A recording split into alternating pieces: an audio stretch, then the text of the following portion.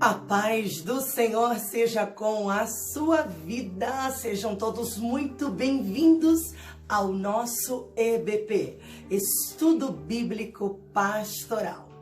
Eu desejo que você esteja bem e, conforme nós tínhamos proposto, iniciaremos hoje o estudo do Evangelho de Marcos. Eu desejo que esse estudo possa ser de grande edificação para a tua vida, que haja crescimento sobre você, sobre a sua casa, no meio dos teus. Convido você então a abrir comigo a sua Bíblia no Evangelho de Marcos, no seu capítulo 1. Vamos fazer a leitura do versículo de número 1.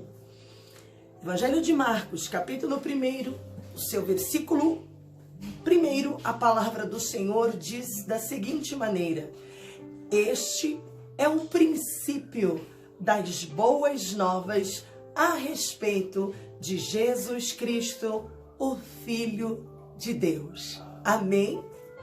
Bem, permita-me fazer a vocês uma introdução deste livro, para que então possamos conhecer de tudo quanto nós estaremos estudando ao largo desta caminhada. Logo no primeiro versículo, como este que eu li, versículo 1 do Evangelho de Marcos, capítulo 1, vemos aqui Marcos fornecendo aos seus leitores, a cada um de nós, a chave para entender o seu texto. Embora nós tenhamos muito que aprender com esse evangelho e muito mais a respeito dos discípulos, de outros personagens, o mais importante, sobretudo, conhecer dentro do livro do Evangelho de Marcos é o que ele ensina acerca de Jesus. O Evangelho de Marcos, ele trata de Jesus Cristo, o Filho de Deus. E para tal, queridos, eu quero um pouco falar do seu contexto, até porque especula-se de que Marcos, ele foi o primeiro dos 4 evangelhos canônicos, ou seja, de acordo com as regras eclesiásticas, a ser escrito. E antes da sua redação, não havia evangelhos na forma como nós o conhecemos.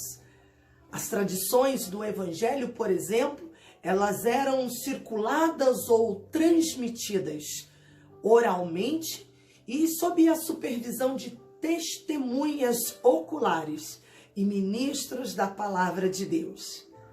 Lucas capítulo 1, versículo 1 e 2, vai fortalecer essa afirmação, porque diz assim a palavra do nosso Deus: tendo, pois, muitos empreendido por em ordem a narração dos fatos que entre nós se cumpriram, segundo nos transmitiram os mesmos que os presenciaram desde o princípio e foram ministros da palavra.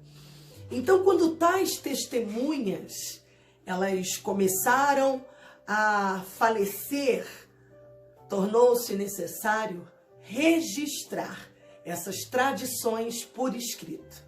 De acordo com as tradições da igreja, depois do martírio de Pedro, em meados da década de 60 depois de Cristo, a igreja em Roma, ela pediu a João Marcos que escrevesse os relatos da vida e dos ensinamentos de Jesus Cristo que Pedro lhes havia transmitido oralmente. Marcos, então, se tornou, portanto, o primeiro a redigir aquilo que hoje chamamos de Evangelho.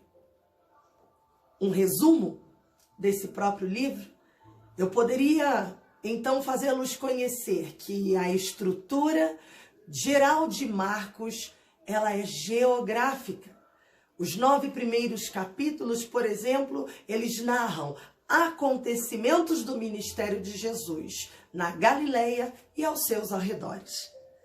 Assim, nós temos uma coletânea de relatos de milagres, uma coletânea, de relatos de parábolas, sim, nós temos muitas aqui, e temos também ensinamentos acerca do fim dos tempos.